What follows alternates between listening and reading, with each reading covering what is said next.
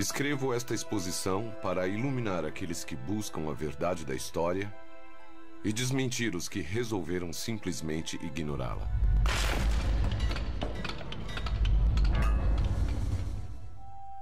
Com este livro de memórias, limparei o meu nome e mostrarei em detalhes a evolução que Irineu Evangelista de Souza trouxe para o Brasil.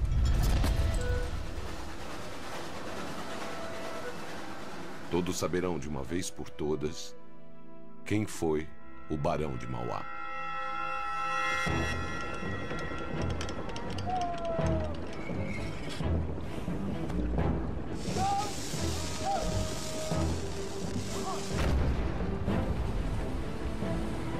Em 1850, o Brasil era pressionado pela Inglaterra a abolir imediatamente o tráfico negreiro. A armada inglesa estacionou navios de guerra na costa brasileira e fez exercícios bélicos diários como forma de intimidação. É um momento, né? Você está tendo um capitalismo em expansão, né, mostrando, né, seus tentáculos e chegando nesse império escravista. Então você tem essa tensão. Não é meramente econômica, é uma tensão cultural, uma tensão política, né? O ataque ao Brasil parecia iminente, e o clima de revolta contra a Inglaterra se espalhou por todo o país. A elite que dependia dos escravos era cegamente contra o fim do tráfico.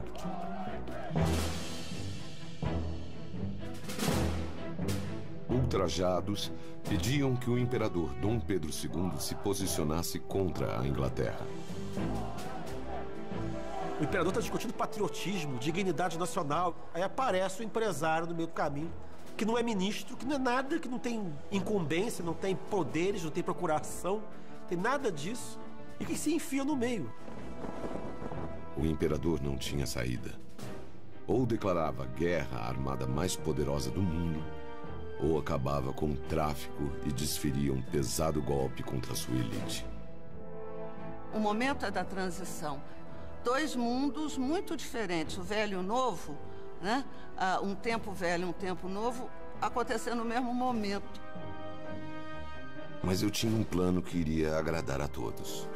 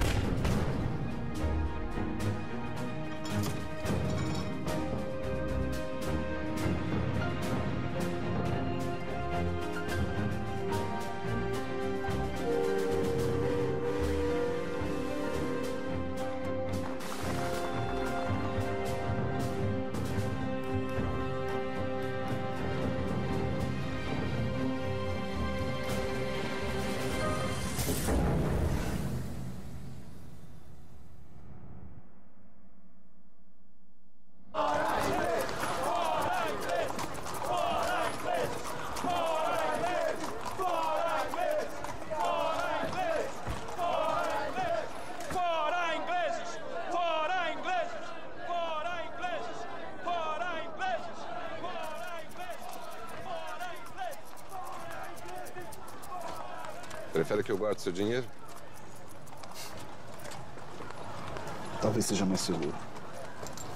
Não se preocupe, Montezuma. Essas agitações vão acabar em breve. O que te faz ter tanta certeza? O imperador vai ceder aos ingleses. O país não pode continuar assim, no caos. Não me parece que ceder aos ingleses vai acalmar a situação. Pelo contrário. Dom Pedro precisa de alguém que o ajude a convencer a elite que há algo de positivo nessa crise. E este humilde industrial talvez tenha uma ideia para a corte. Não se precipite, Irineu. Esse evento de hoje é muito importante para causar uma boa impressão. Não haverá precipitações, Montezuma. Nem guerras.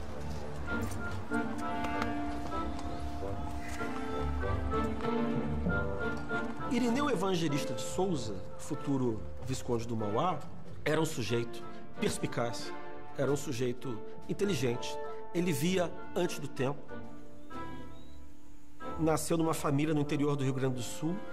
E o pai dele foi assassinado quando ele tinha 5, 6 anos de idade. E aí ele vem, muito criança, para o Rio de Janeiro, trazido por um tio. Ele vai ser caixeiro numa casa comercial. E também, muito cedo, ele vai trabalhar na casa Carruthers. Eu acho que é aí que vem um negócio interessante. Repara, ele não tem família, ele não tem origem, ele não tem passado, ele não tem nada e ele é um menino. Tinha uma solidão enorme, né? E, ao mesmo tempo, um grande desejo de ser alguém. Quando ele estava com 20 e poucos anos, ele começou a viajar. O Carruthers, que foi um dos seus mentores, leva ele para a Inglaterra e mostra para ele esse mundo das finanças. Então ele percebe tudo, ele percebe a indústria, percebe os serviços públicos, percebe os bancos, percebe a reciclagem do capital. Era um furacão. A Inglaterra era a grande modernidade cosmopolita daquele tempo. E o Mauá, desde criança, teve uma educação inglesa que ele adquiriu pelo contato com Carruthers. E quando ele vai para a Inglaterra e volta para o Brasil, ele percebe que ele pode ser o inglês do Brasil. Ele estava embebido da ideia de trazer uma certa modernidade empresarial para o Brasil.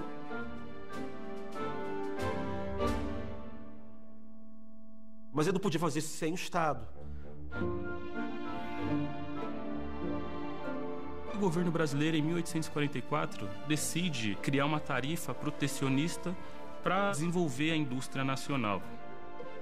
O Mauá aproveita essa tarifa protecionista para lançar os seus primeiros estabelecimentos comerciais. Ele tem essa antecipação.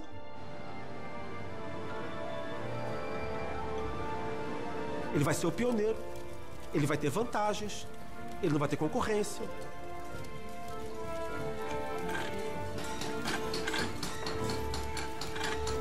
Ponta da Areia é uma porção de coisa.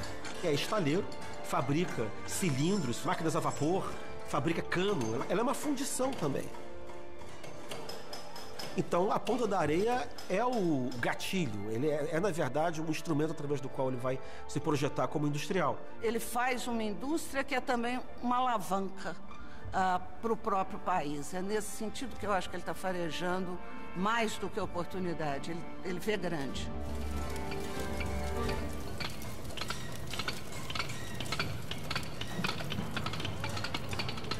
Mauá é um dos primeiros brasileiros a sair do nada e chegar a ser um grande empresário, a ser uma pessoa importante economicamente. Isso para alguém com a visão aristocrata, com a visão de estadista do Dom Pedro II, é um alienígena.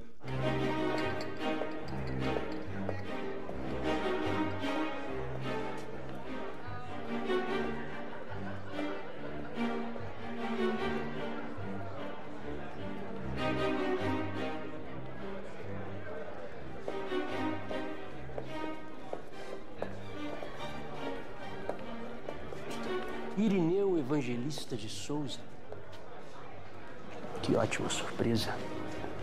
Eu não esperava encontrá-lo aqui. Pois eu espero que minha presença deixe de ser uma surpresa no futuro, ministro Torres.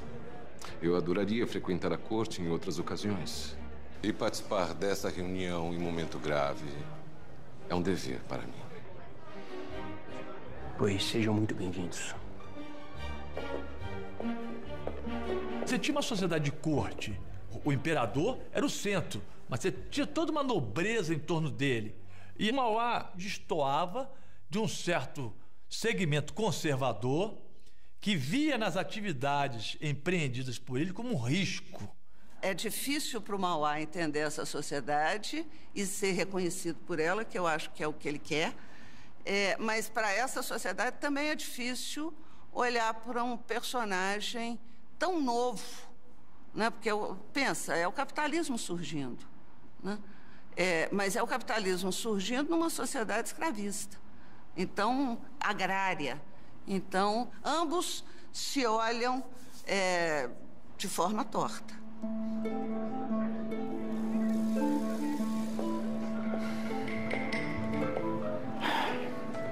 Os ânimos estão por demais exaltados. Não é hora de derramar sangue. Esperamos todos que o imperador faça a coisa certa. O imperador sempre faz a coisa certa.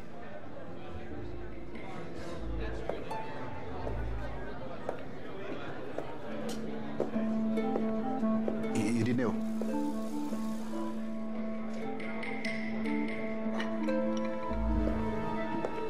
Be very welcome, Your Excellency, Lord Ambassador. It's a pleasure to have Lord's presence in our celebration today. I take this opportunity to tell you that many Brazilians share the same opinions of in England. There's no room for slavery in the future, sir.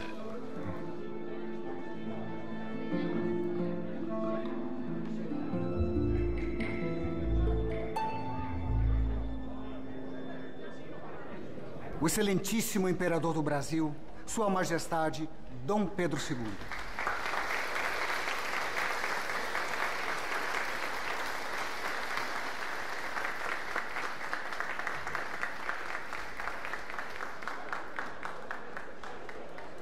Perdeu o juízo?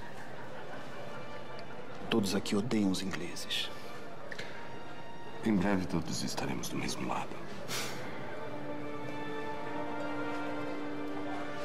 A Inglaterra começa a pressionar o Brasil já nas primeiras décadas do século XIX para que o Brasil decrete o fim da escravidão. Desde 1810 a Inglaterra vem pressionando.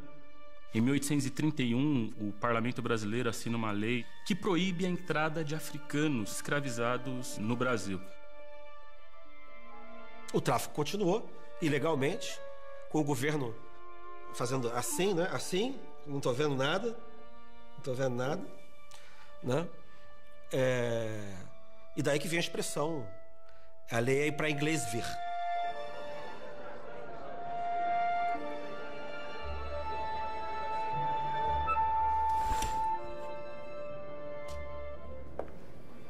Todos estão prontos para as audiências com Vossa Majestade. O senhor tem preferência por quem gostaria de atender primeiro? Se me permite uma sugestão, Majestade. O senhor Irineu Evangelista de Souza talvez seja aquele com questões mais urgentes a tratar. Irineu? Sim. O senhor Irineu manteve conversas muito próximas com o Lord Hudson durante a celebração de hoje. Vários minutos trocando palavras e até sorrisos. Ele deve estar ansioso para nos passar o conteúdo dessas conversas. Mas o que o empresário teria para tratar com o embaixador da Inglaterra? Tenho certeza que estava apenas argumentando a favor do Império com relação ao tráfico de escravos. Caso contrário, por que iria falar com o inglês? Mande ele entrar. Imediatamente, Majestade.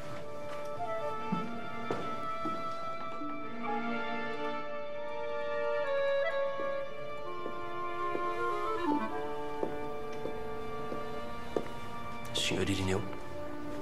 Ministro Torres. Majestade, é uma honra.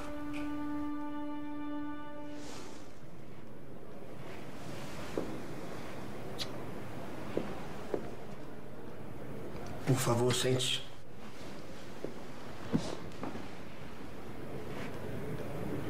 Majestade, se me permite, eu sou... Ministro. Obrigado, Majestade.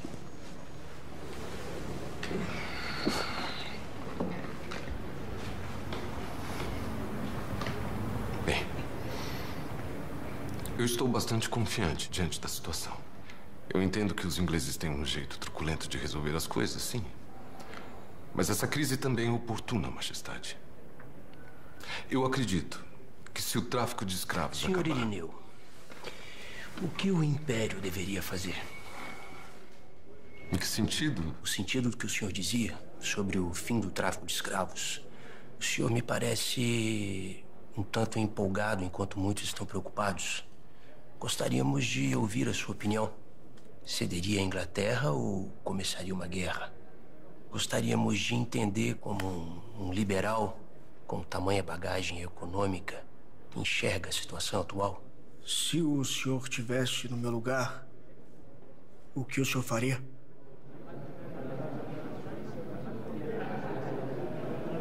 Majestade, Ministro, eu cederia aos ingleses. Eu entendo que seja o caminho mais duro, mas eu realmente acho que o fim do tráfico de escravos vai ser mais proveitoso para o país. Majestade, a quantidade de dinheiro que gasta na compra de escravos, ainda por cima ilegais, os gastos para fugir de ataques de barcos ingleses no mar, tudo isso pode ser transformado em investimentos. Dinheiro para pôr em fábricas, ferrovias, trazer imigrantes. Coisas novas, Majestade. Com esse dinheiro, o senhor pode fazer uma transformação no Brasil. E como exatamente se daria essa transformação? Majestade, eu pretendo fundar um grande banco privado onde toda a elite poderá investir as suas economias, antes gastas na compra de escravos. Então, se eu pudesse escolher, eu diria que o senhor deve ceder à Inglaterra, o quanto antes.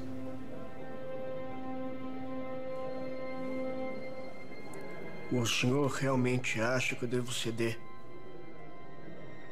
Que eu devo me curvar à Inglaterra por conta de um banco? Majestade, se me permite, eu creio...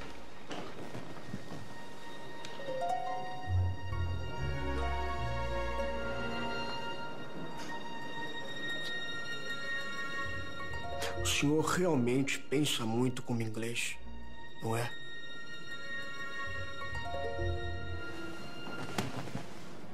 Com sua licença, Majestade.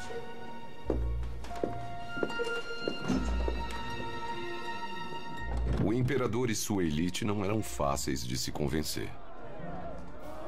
Mesmo que a proposta fosse para salvar o pescoço deles.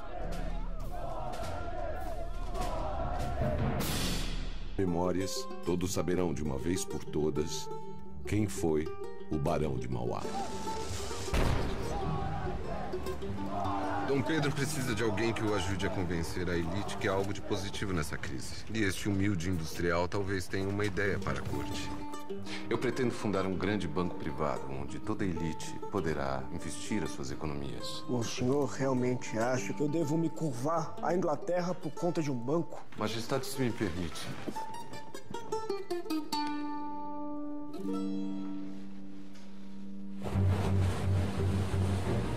Não dá para entender o término do tráfico transatlântico de escravos sem entender essa pressão dos ingleses e como foi a reação, né?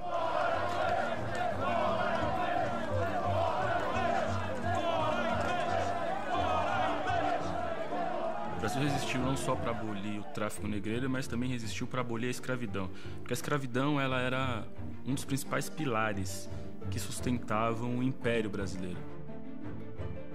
Gente, nós estamos inseridos numa sociedade escravista.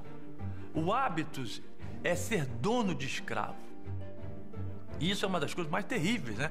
Capitais intensos eram gastos com o tráfico de escravos, que davam um lucro medonho. E aí você vai vender a ideia de que a abolição do tráfico é antinacional, ela visa destruir a economia brasileira, que isso é uma venda ao imperialismo inglês.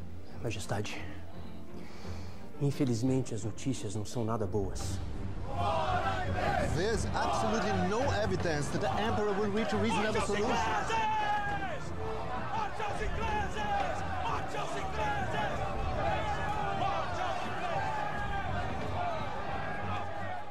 As informações vindas do Ministério das Relações Exteriores dão conta de que a pressão dos ingleses irá aumentar nos próximos dias. Não se preocupe, eles não irão atacar. Desculpe, Majestade, mas o senhor precisa tomar uma decisão quanto antes. Eles não irão atacar.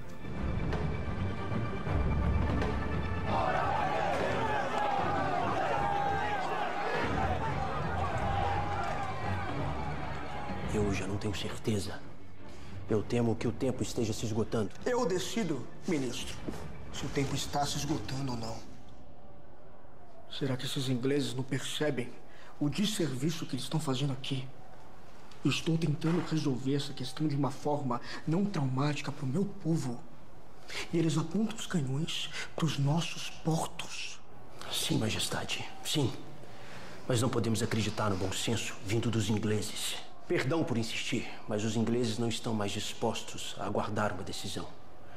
Nós precisamos nos posicionar imediatamente, ou então... Ou então... o quê?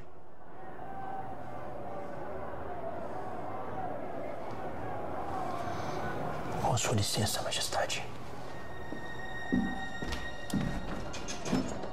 A relação do Dom Pedro com o tráfico de escravos é, de certa forma, mediada por grupos políticos que defendiam aguerridamente a escravidão. A elite econômica e política do país não vai abrir mão, porque ela está olhando para suas fazendas e dizendo, mas o prejuízo vai ser enorme.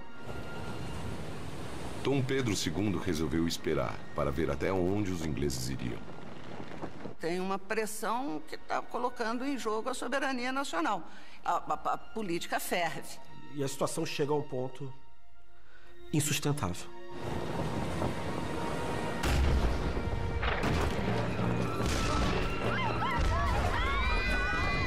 Mas a armada inglesa perde a paciência e ataca o porto de Paranaguá no dia seguinte. O imperador não teve outra alternativa senão ceder. Em 4 de setembro de 1850, ele finalmente assinou a Lei Eusébio de Queiroz, que já tramitava há anos.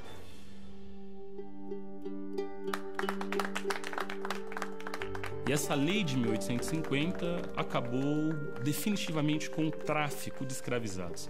Mas a escravidão em si, ela permaneceu. A escravidão era um elemento ainda presente, era parte do paradigma ideológico da época, se posso dizer assim.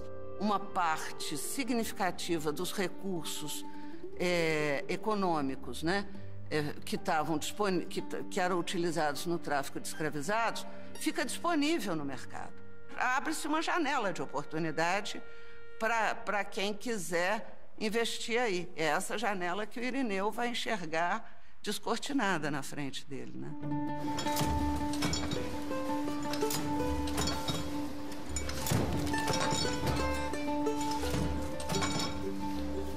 A crise com a Inglaterra e a insatisfação que o fim do tráfico negreiro gerou para os conservadores abalaram a imagem do Império. Essa era a minha chance de reconquistar Dom Pedro e seguir com o meu plano. É aqui que imprimem os jornais dos conservadores? Meu amigo. Como vai? Vou bem, meu amigo, vou bem. Precisando de um favor. Claro. Quero espalhar esse artigo por toda a cidade. Agora, ele precisava de amigos do Estado. Conhecer os políticos e fazer o tomar lá da cá. Era assim que o jogo funcionava, né? Você precisava de ter amigos dentro do Estado e era preciso que os interesses do Mauá coincidissem com os interesses do Estado brasileiro. Irineu, por acaso você mudou de lado? Eu não tenho lados, Francisco. É nos momentos de crise que reconhecemos um verdadeiro líder. E recentemente o Brasil descobriu que é comandado pelo maior deles. A coragem e sabedoria que nosso imperador demonstrou foi algo inédito em nossa história. O que parecia um sinal de fraqueza era, na realidade, um sinal de força. Ao fazer um acordo com os ingleses, Sua Majestade Dom Pedro II evitou o derramamento de sangue dos nossos homens e abriu as portas para o futuro.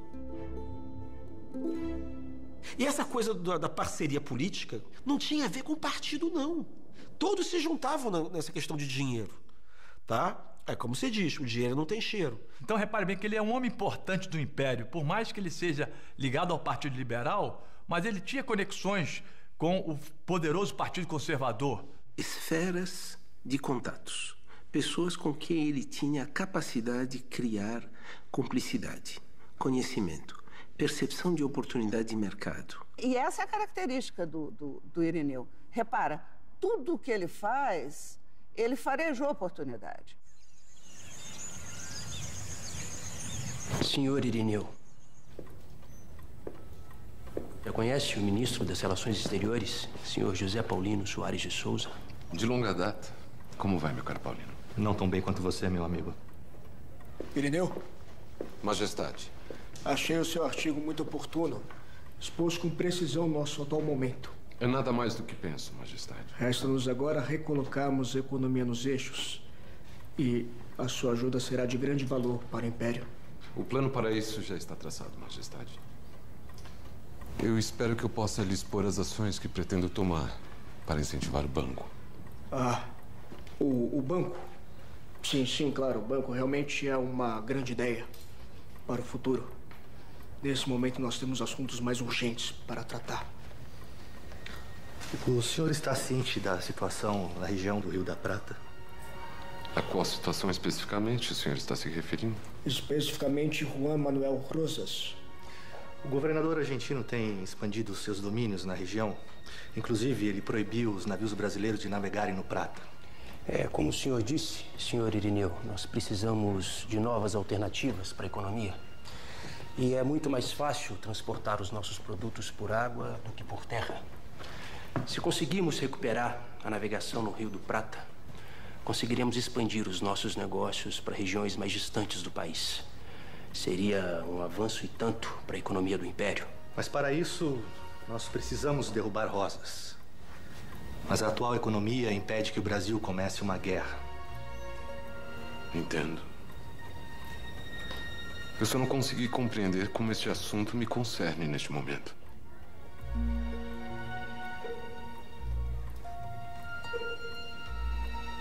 Quem vai financiar essa guerra é você, Irineu. O primeiro ministro das Relações Exteriores de verdade é o Paulino Soares de Souza, visconde do Uruguai. Ele vai virar o Brasil, dizendo que o fundamental do Brasil não é ficar discutindo questões europeias, é ficar discutindo política sul-americana.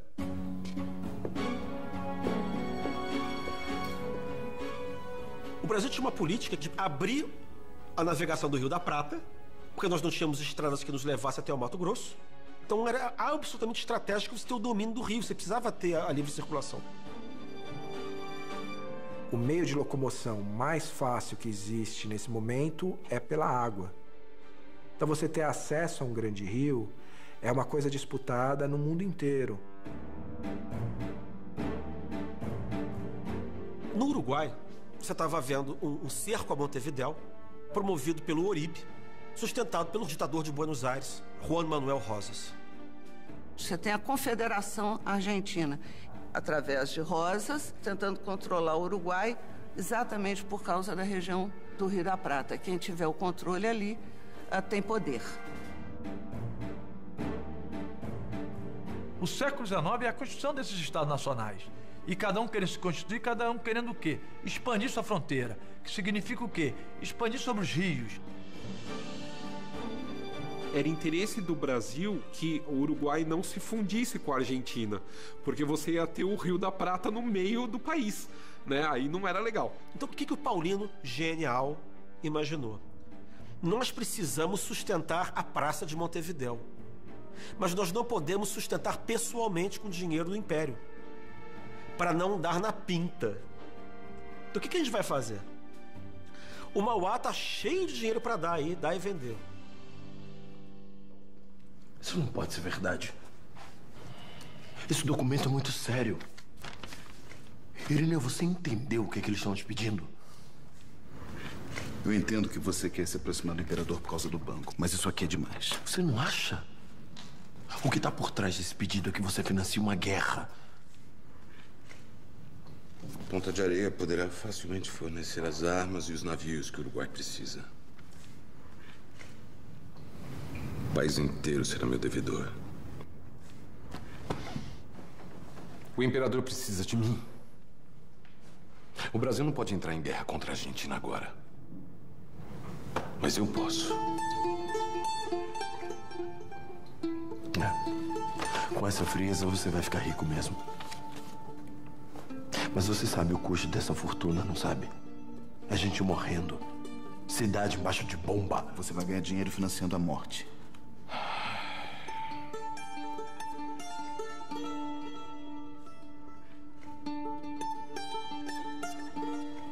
Você realmente está disposto a tudo.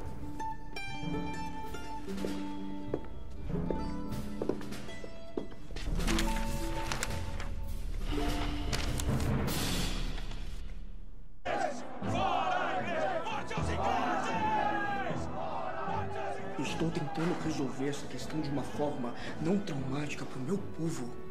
E eles apontam os canhões para os nossos portos. Ao fazer um acordo com os ingleses, Sua Majestade Dom Pedro II evitou o derramamento de sangue dos nossos homens e abriu as portas para o futuro. Irineu, por acaso você mudou de lado? Eu não tenho lados, Francisco. Resta-nos agora recolocarmos a economia nos eixos. Se conseguirmos recuperar a navegação no Rio do Prata, conseguiremos expandir os nossos negócios para regiões mais distantes do país. Mas para isso, nós precisamos derrubar Rosas. Quem vai financiar essa guerra é você, Irineu. Mas você sabe o custo dessa fortuna, não sabe? A gente morrendo. Cidade embaixo de bomba. Você realmente está disposto a tudo?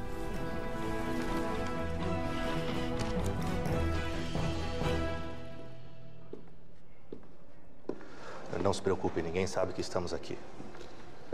Estou de acordo com tudo, Paulino. Muito bem. Ao assinarmos este contrato, nós estaremos formando uma aliança secreta entre o governo uruguaio, representado pelo senhor embaixador André Lamas, o governo brasileiro representado por mim, e o empresário que financiará a guerra, Irineu Evangelista de Souza. O Mauá achou um negócio ótimo. Primeiro, que ele reassegurava os vínculos de amizade e de obrigação em relação ao governo. Isso garante mais concessões, ajudas para proteção, juros, privilégios. E o Mauá também ia passar a ter um ponto privilegiado, que era o Porto de Montevidéu, expandindo seus negócios para fora da fronteira brasileira. A primeira coisa a se fazer é Irineu levar pessoalmente a remessa de dinheiro até Montevidéu. A visita de um mero empresário não deve gerar grandes suspeitas. Apenas uma viagem de negócios.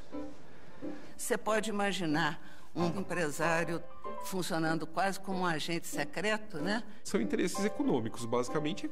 Tudo que move Mauá são interesses econômicos.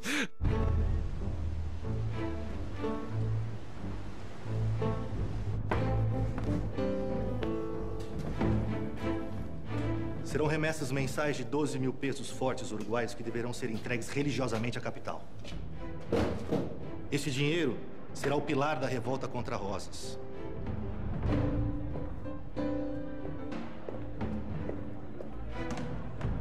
Também farão parte do acordo a entrega de material bélico e o recrutamento de mercenários europeus para se juntarem ao exército uruguaio.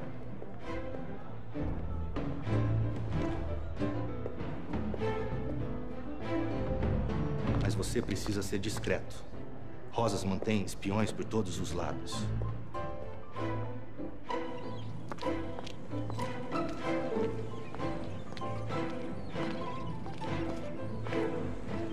Se você for descoberto, a Argentina entrará em guerra com o Brasil e você provavelmente será morto.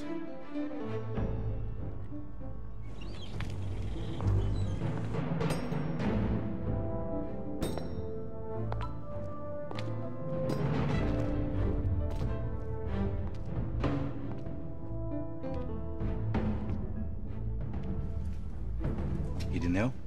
Eu mesmo. Trouxe aqui o combinado. E os demais pontos do acordo? Quando serão cumpridos? Já avisei os meus contatos na Europa. Em breve, os soldados mercenários chegarão a Montevidéu. A fabricação dos armamentos e das embarcações já está em fase avançada. Em poucos dias, tudo estará pronto para começarmos a sua guerra. Nuestra guerra. Me despeço aqui. Devo voltar para o Brasil antes que eu seja descoberto. Você provavelmente já ha sido descoberto.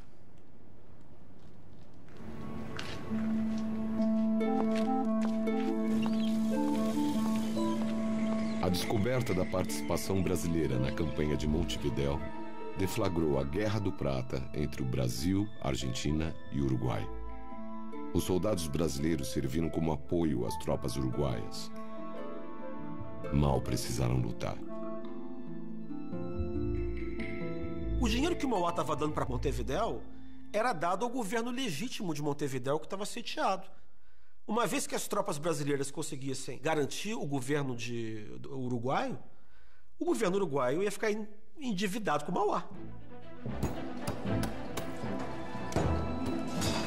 O fornecimento de materiais bélicos e os empréstimos para investimentos em infraestrutura me elevaram à condição de principal credor da dívida externa do Uruguai. Sem contar o prestígio que alcancei com Dom Pedro II, tudo estava indo de acordo com o planejado. O espírito de associação, meus senhores, é um dos elementos de prosperidade mais fortes de qualquer país. E, por assim dizer, a alma do progresso.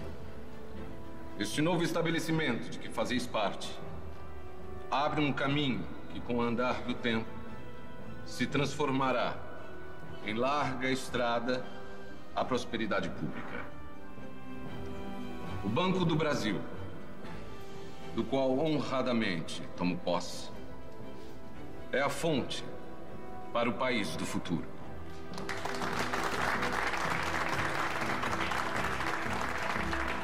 E quando você tem a abolição do tráfico negreiro, você tem capitais empatados aí que são imensos.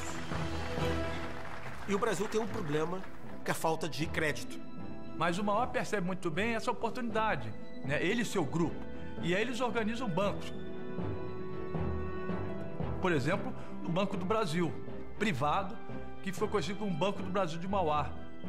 Então ele captava os recursos dos depósitos e jogava por crédito.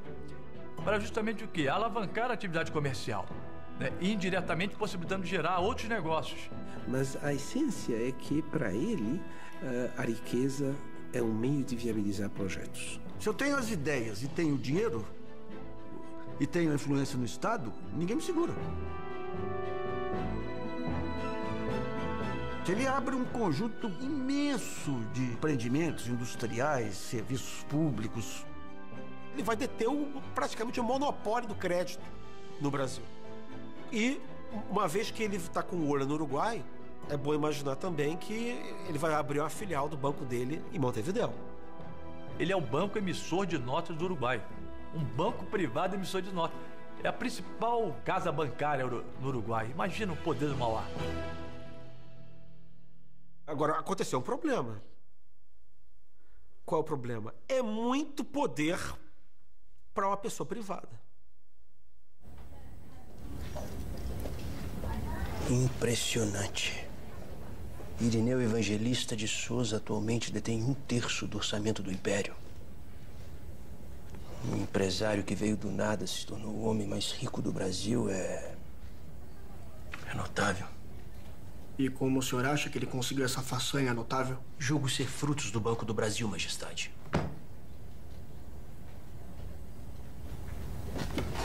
Sim, é realmente notável que um liberal tenha se tornado mais rico que qualquer nobre dessa corte. Assim como também é notável que tenham permitido que ele alcançasse tal poder. O senhor não acha? Sim, Majestade. Mas isso é algo que foge à minha alçada. Compreendo. Realmente, a capacidade dele deve ser algo que fuja à sua alçada. E isso sim, ministro, é notável.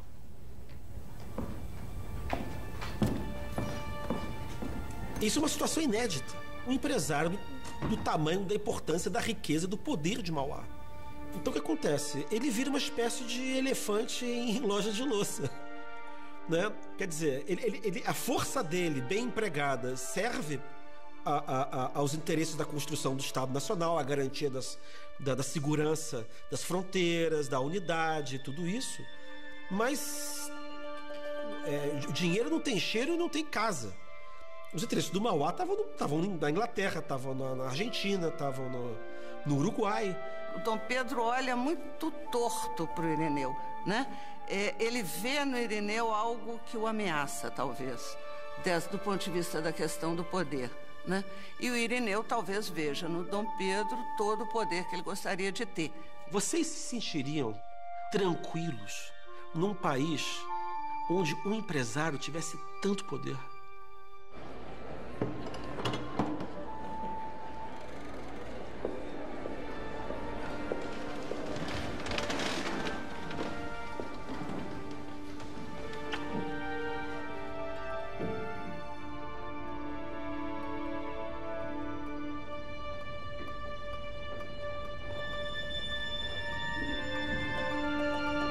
Venho nesta nobre casa recomendar a criação de um banco oficial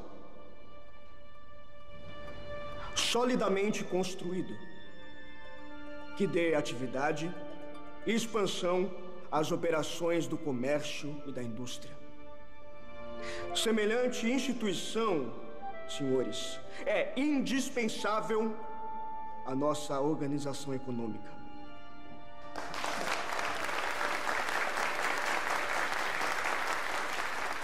O que estava em disputa era a questão da emissão de dinheiro, ou seja, do controle do dinheiro em circulação. Já pensou deixar na mão do Mauá isso? Ó, a facção conservadora jamais ia aceitar.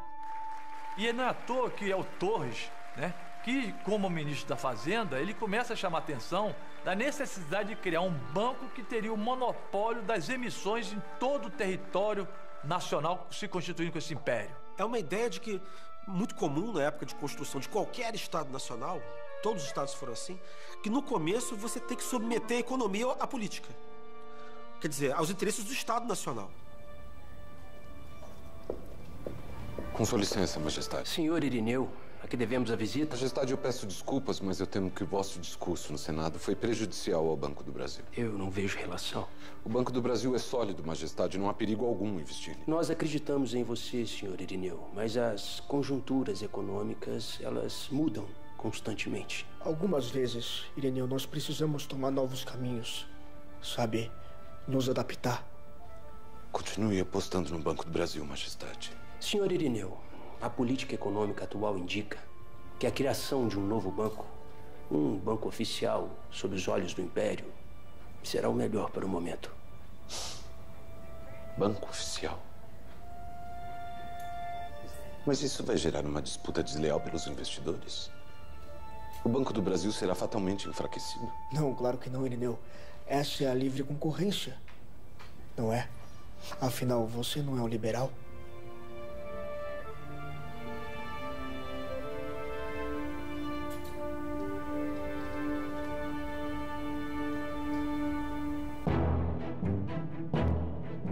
O discurso de Dom Pedro II pedindo a criação de um novo banco desestabilizou a economia do país e gerou uma crise financeira. Não estava claro qual era a real intenção do imperador, mas seu ato deixou a elite insegura com o sistema bancário vigente.